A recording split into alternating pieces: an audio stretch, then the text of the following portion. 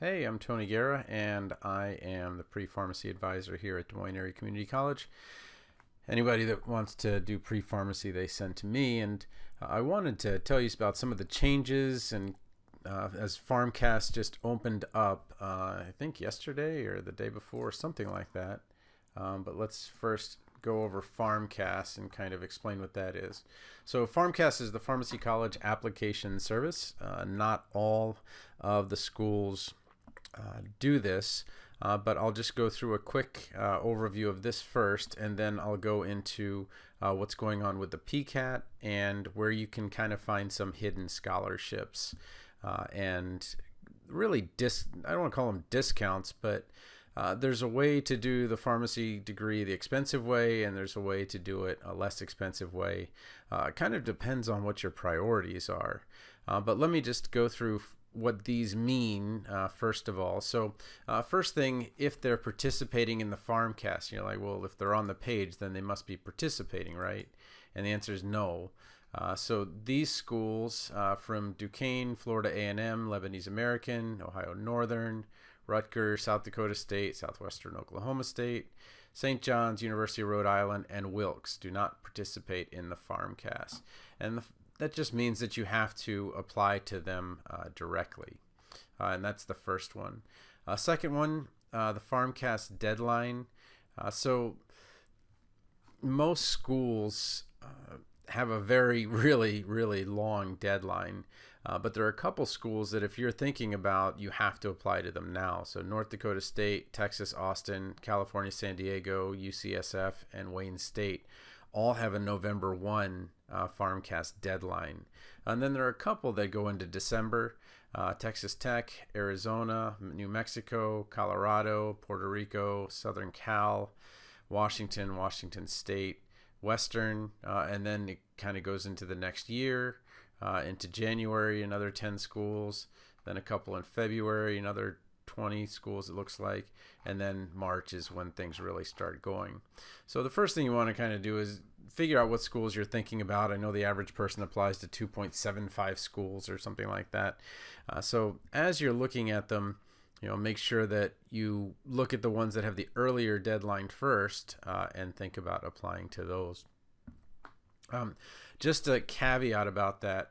This is a misnomer for a school that has rolling admissions. So if a school has a cap on how many people they're going to take and they have rolling admissions, that means that they would take people up to that date if they're not already full. So this deadline can be a little bit misleading for rolling admissions, and you can check which schools have that.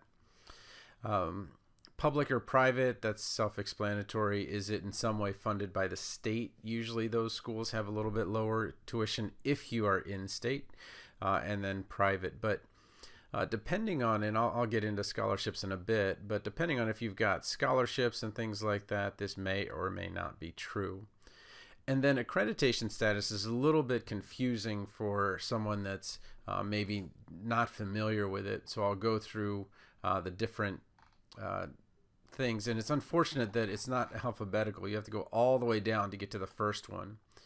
So pre-candidate means that they are now allowed to accept students, but what you have to do is you have to check to see if they qualify for federal financial aid, because that may or may not be the case. My understanding is that they don't if they are not fully accredited. Now, why don't they just say unaccredited? Well, unaccredited means that a school didn't go through the accreditation process or is not looking to. The reason they're a pre-candidate is saying, okay, well, we are going to try to go through the accreditation process, but right now we just got the okay to take students. We don't have any students yet. You can't get fully accredited until you've graduated your first class. So let's go from pre-candidate, which is saying, okay, well, we're just going to start taking our first class, back up to candidate, and I think I can fit them all here. So the candidate means that they've got students in there, but they haven't graduated a class, or they've been denied accreditation. And just to stay out of hot water, I'm not going to mention which are the ones that have been denied accreditation or have tried for it. But you can ask the school directly and just say, hey, I see that your candidate status Were you denied accreditation? I would just like to know. And I'm not sure, but I think that a candidate status still, you cannot get federal financial aid and the protections that come along with that in terms of income-based repayment and things like that. You have to take private loans. So that is, your decision to make. I can't waive you in either way. And then full accreditation means that they've graduated a class and they are fully accredited. And you might say, well, why are there so many candidates? Well, there's been a very large expansion of the number of pharmacy schools in the country, and right now a number of them are caught in that portion where their students are just starting. So the first one I mentioned, American U of Health Sciences, that just got the okay about a month ago to start taking students. William Carey entered its first class last year in Mississippi, and I'm just not as familiar with the other ones. You'd have to kind of ask them yourself. So that's the first line, general information. Supplemental requirements, are there any? Some of them have supplemental applications and things that they want in addition to the regular application. You have to ask the individual schools. Wow, there's a lot more than I thought there would be. But it may be some application, something to fill out, something that isn't in the PharmCAS. This is the one I'll be talking about quite a bit, and this is the required test for the PCAT. So even recently, as a couple years ago, 85% of the schools required the PCAT, and that's gradually gone down until it has come to this year where we're now, it's the first time that I've known it to be this way, but I could be wrong. But this is the first time I've ever seen it where the PCAT, the number of schools requiring the PCAT is lower than the number of schools that don't require the PCAT. So you'll want to check with the individual school, and usually there's kind of an asterisk next to it. So it might say it doesn't need the PCAT, but it might if you don't have a 3.3 or a 3.0. Or the other way around. It might say you need a PCAT, but you may not. And so it gets a little bit confusing, but check with the individual schools. But right now, it looks like about 50% of the schools are requiring the PCAT. And you say, well, that's weird. Law school requires LSAT and medical school requires the MCAT. What's the deal? Well, the University of Kentucky and Colorado have both written pretty extensive articles on this, and you can find this on Campus News. So University of Kentucky makes pharmacy education more accessible.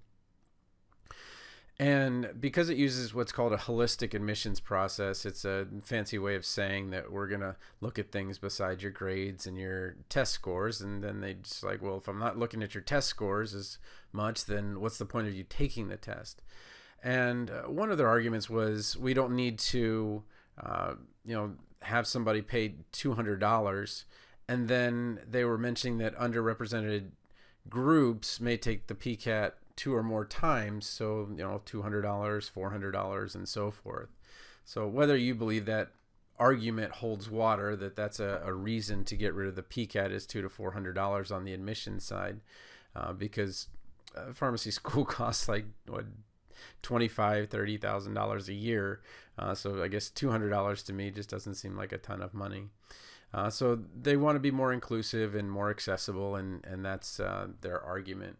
And then I looked at the annual charges for Doctor of Pharmacy, and I don't know what their fourth year charge is. I'll show you what that is in a little bit. But it looks like it's $28,300 in state and then $52,000 out of state, which is, I think, a little bit lower than the average private, which is like right around 35 or 36. That's for Kentucky.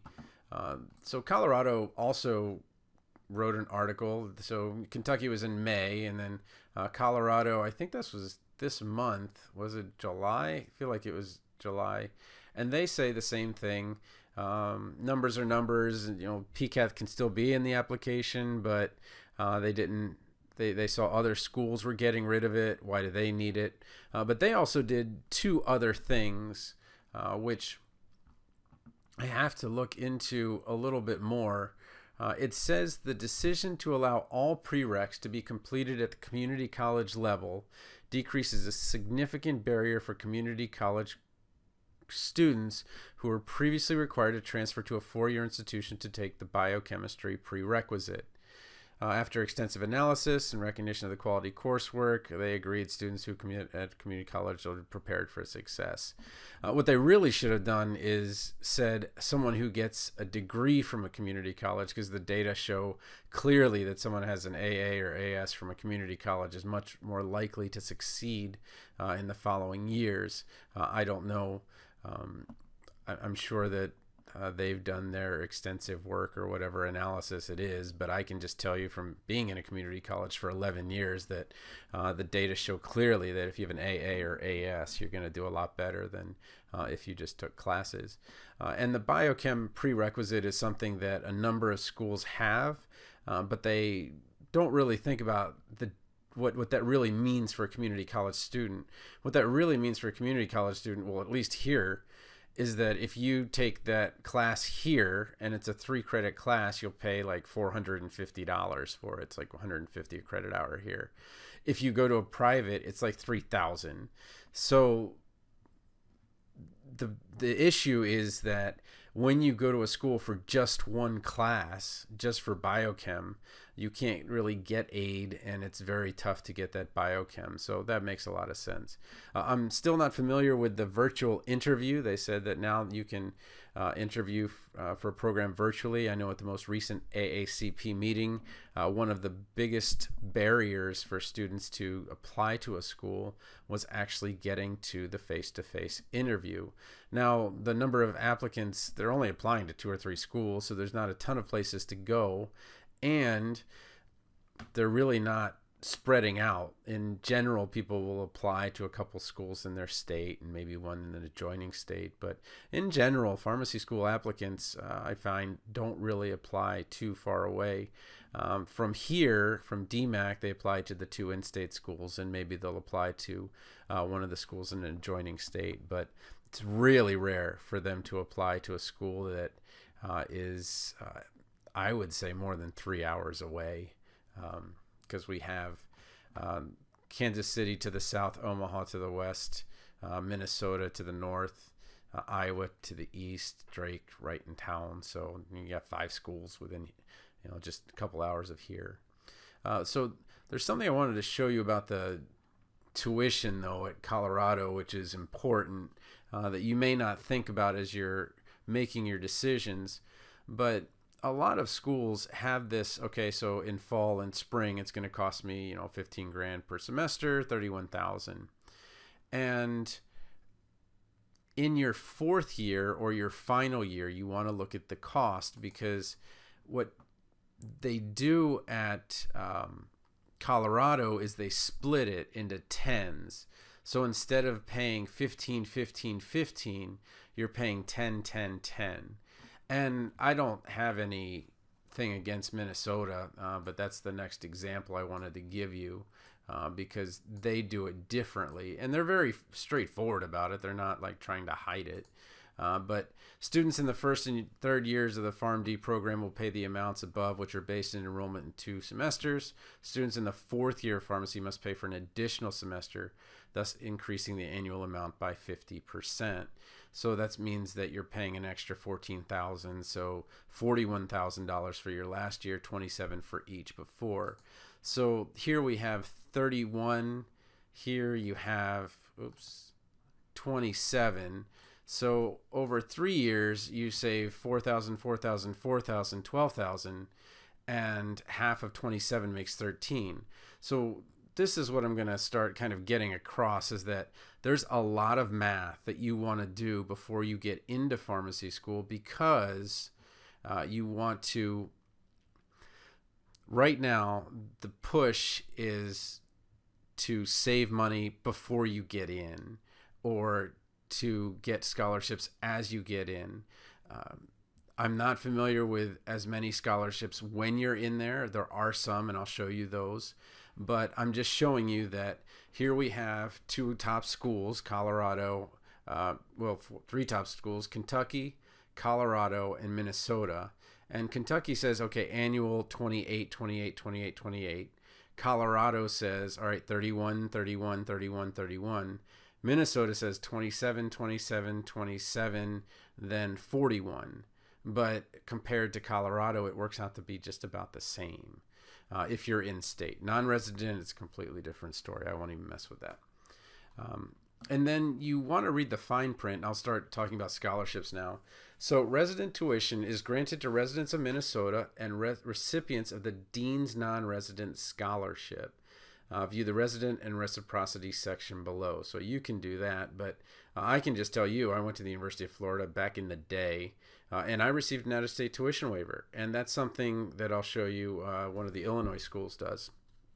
But that's a tremendous way to save money. Is I was going to go to school in Maryland, but it was more expensive to go to Maryland in-state than to Florida out-of-state with an out-of-state tuition waiver.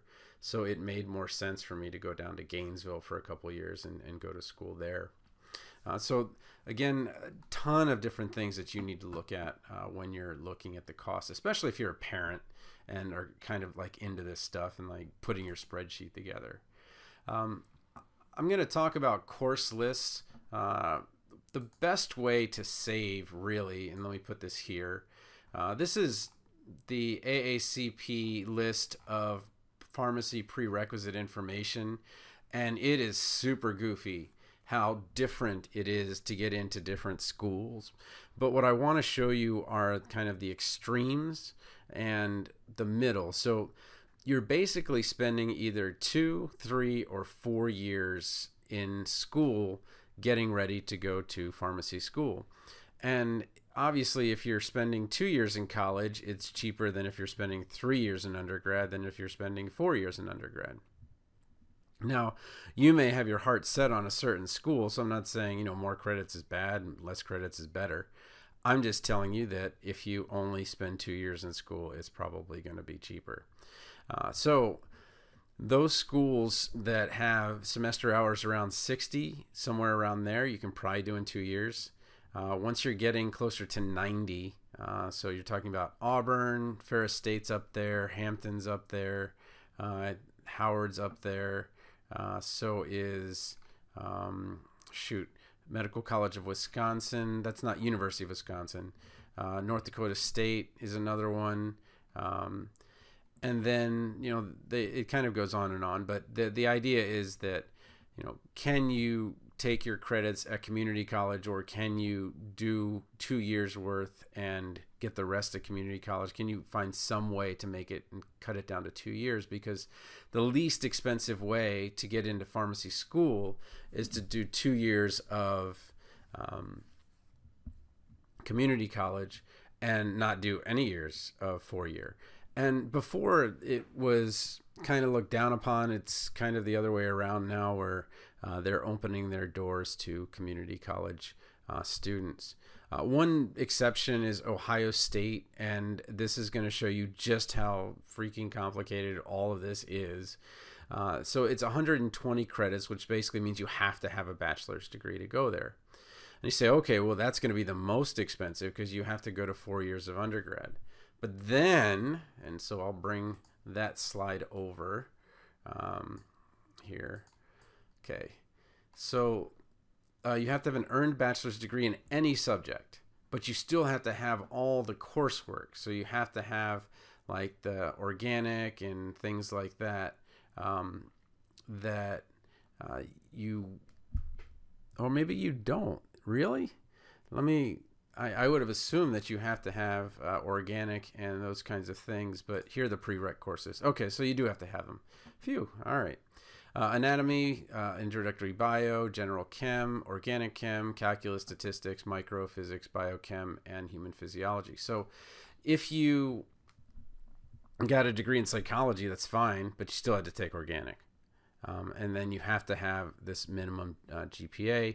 And then the PCAT is only good for 2 years. So where some are going to be dropping the PCAT, Kentucky and Colorado, Ohio State is probably I don't want to say it's the most difficult to get into, but it has the most requirements. To have 4 years undergrad and a PCAT within the last 2 years is probably as rigorous as it gets to get in.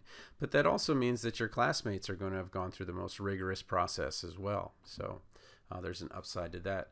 But if you look at their tuition, okay, so $22,496, that just seems really low for the Doctor of Pharmacy. So, although you've got that extra semester in the last year, instead of whatever it was, around 30,000 for Kentucky, Colorado, Minnesota, you're talking about 22, and then you take the 33 divided among the other ones.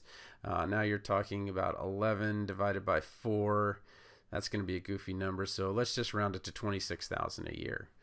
Which is cheaper than all the other ones, but you had to go to undergrad. So if you already got your bachelor's, then there's no real advantage to being in a school that wouldn't require you to do that. But if you don't have your bachelor's, then this is maybe a little bit more expensive on the way in, but it kind of evens out if you're in-state Ohioan. Okay, so what I was trying to do with these was there's a couple schools that are really, really low in their prereqs, and I wanted to show you that that's kind of a misconception or not really what you're actually going to need to take. So let's go to I'll look at them by the numbers here. Yeah, so Minnesota, it says you only need 49 pre-pharmacy credits, which is like, really? That's really low. But if you look at the courses, it says one course general biology, micro anatomy, and so forth, and it says you have to you can have them combined as a minimum of 4 credits, but it's saying that they would take 3 credit classes, or that's what it looks like they're saying. But you try to find one. I can't find a 3 credit class to save my life that has a lab with it. So you're going to be taking around 60 credits to get to that 49 in Minnesota. LECOM, same thing. They say 54 credit hours. And there's some general education at the bottom there, but this is kind of boilerplate where you've got your 2 Englishes, 2 biologies, 2 chemistries, this requires either 2 organics or organic and biochem, which is kind of nice that they give the option to have that, where in community college they know they're not going to have biochem. It's a 300 level class, but they'll have organics. So you would be able to take all those classes in community college for LECOM.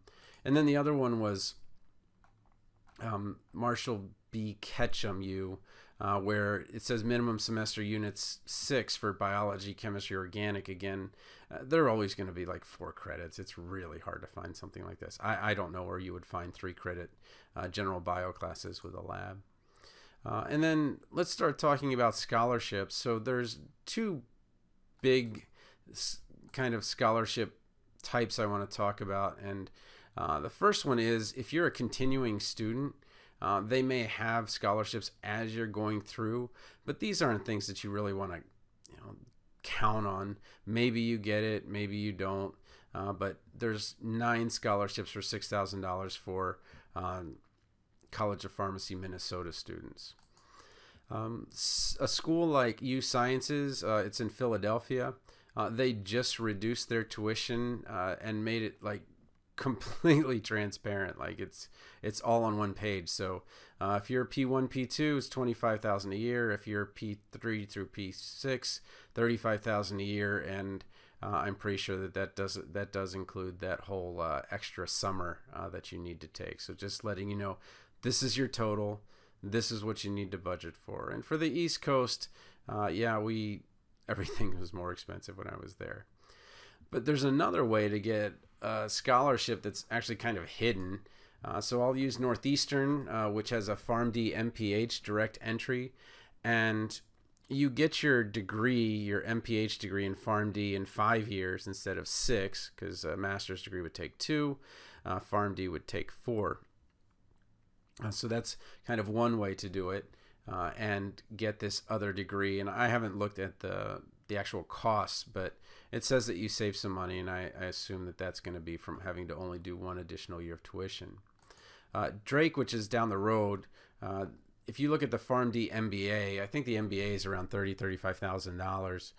So I think the cost to a pharmacy student, though, is an additional $5,000.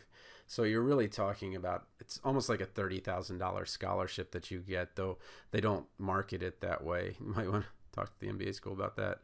But I think you have to have certain things. You have to take the GMAT, and you have to have, I think, 90 hours before you get in there. So there's a number of things that you have to do. But my understanding, besides the law degree, is that you get those degrees in addition to your Pharm.D. And I talked to an MBA student. He actually got the MBA in fall of his final year, and then Pharm.D in the spring. Here are another thing I want to kind of talk about. It's called the early decision, or the early decision scholarship. So this one's from Campbell University, and let me explain what early decision is. Early decision is a commitment. It's a marriage, really. You've committed to marry this school, because once you've committed to early decision, you can't apply to any of the other schools in the PharmCAS. So you could apply to all the schools that are outside of the PharmCAS, but you can't apply to any of the schools in the PharmCAS. And that's really limiting. So when you're looking at that, if you're going to take an early decision scholarship, you really want to be sure, one, this is where you want to go, and there's nowhere else that you want to go, because you'll have buyer's remorse right after. Second, is this really the best deal that you could have gotten? You want to make sure. But I know Campbell has 15,000. I don't know how to actually find the scholarship. It's not on PharmCAS. I didn't see it on their website, but it always pops up when I put up anything that's pharmacy.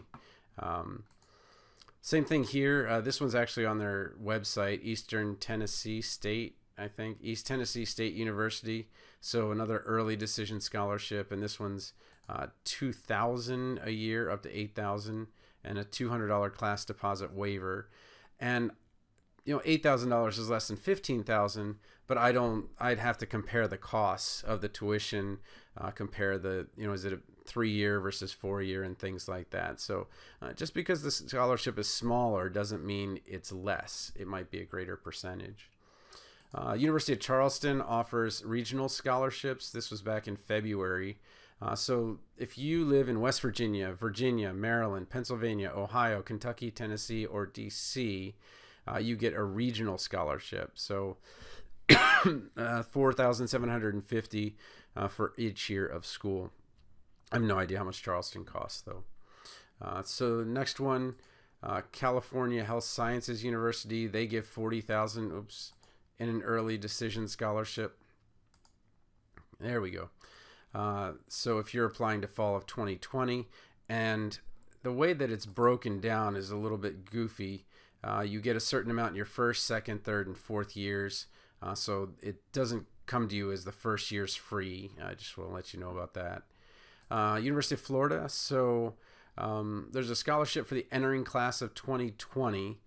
So it's entering in the fall of 2020. It's not the class graduating in 2020. And they have, let's see, so in 2018, 10,000 scholarships for non-resident pharmacy students, and then $7,500 scholarships for Florida residents or non-residents. So a number of additional scholarships there, and so you've got a couple of the winners there. Southern Cal, I couldn't really find where it was, but it says you can get continuing student scholarships from $1,000 to full tuition. So before I went in, I would want to know, how do I get a full tuition scholarship from Southern Cal? It's the #1 private in the country. This is also kind of interesting, and it's pretty tough to find. But if you find, if you're thinking about University of Illinois Chicago, you would go to the University of Illinois Chicago website. But then if you go to the Rockford campus, you get in-state tuition no matter where you're from. So let's say, I'm in Iowa, and let's say I wanted to go here, I could get in-state tuition. But what I would want to do is I would want to compare their tuition to the in-state here. Do I want to live in Rockford? I don't know anything about Rockford, Illinois. And that's what I'd want to know. But you can look at the tuition and you see it's $12,522 a semester, so about $25,000 a year. Is that worth it to go there? Well, depending on where you're coming from. If you're coming from California and you're willing to come to Rockford, Illinois, then that's probably a significant savings, not only in cost of living, but in actual tuition dollars. So that's another one I found. But hey, let me know if you know about. Here's where I got the admissions policies and prereqs. But hey, if you know about scholarships, let me know. I mean, I've got 15,000 or 16,000 people following me on YouTube and 8 on Twitter, 3 or 4,000 on Facebook. Instagram is like 500. It's kind of a mess. I don't know how to take pictures of myself doing things every day.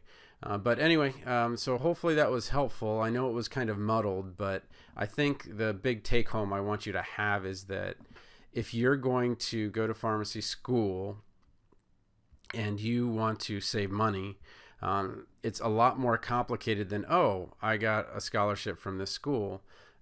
And what I didn't talk about at all was negotiating. So you could come to a school and say, hey, I really want to go there, but this school is charging me this much. Is there any way you can do this? With a public, I don't know. I don't know how amenable they would be to that. But with a private, where they have a bit more flexibility, you may be able to negotiate. I don't know. It just kind of depends on the school. But anyway, so hopefully that was helpful. So no PCAT for half the colleges of pharmacy this year. Watch for that P4 year. Make sure that, as you're looking at tuition, trying to compare apples to apples, that if there's an extra cost for that 4th year. But it may be, a wash because the other years are cheaper, as it is with Minnesota and Ohio State. Make sure that as you're looking at the prereqs, you're not getting caught having to do an extra year of undergrad because you didn't understand the requirements or what they are. And really, to me, one of the best ways to get value and opportunity is to take a dual degree program, where I would do MBA because I would be in 2 different colleges within the school. So I've got 2 groups of friends, and that would just make it a lot easier for me to have a lot bigger network. But my recommendation to you is, since the majority of people are only applying to 2 or 3 programs, or 2.75, whatever it is, that you apply to a significant number of programs and start seeing where the offers come in. If this virtual interview thing, as Colorado is doing, is a thing, and a lot of schools adopt it, what's going to happen is that you're going to be able to hopefully not sit on your couch, but you'll be able to interview with a lot more schools, put in a lot more applications, and it's penny wise and pound foolish to say, well, I don't want to apply to a lot of schools. It gets expensive.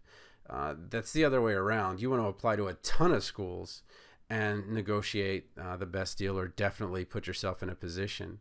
So the other kind of flip side of all this is that if you do take the PCAT, you have double the opportunity as someone who doesn't, because there are all of those schools that require the PCAT that they can't apply to. So I don't want to say you're more valuable, but it's just you're rarer to have taken the PCAT, because some people just don't like tests. And that's going to hurt them maybe later, but that's 4 years down the line when you take the NAPLEX or the PCOA, which is that it's kind of an assessment in the middle of your pharmacy school year. Anyway, now I digress. So anyway, hopefully this is helpful. Let me know what scholarships you've heard of, and I'll be happy to post them on my social pages, and hopefully this helps.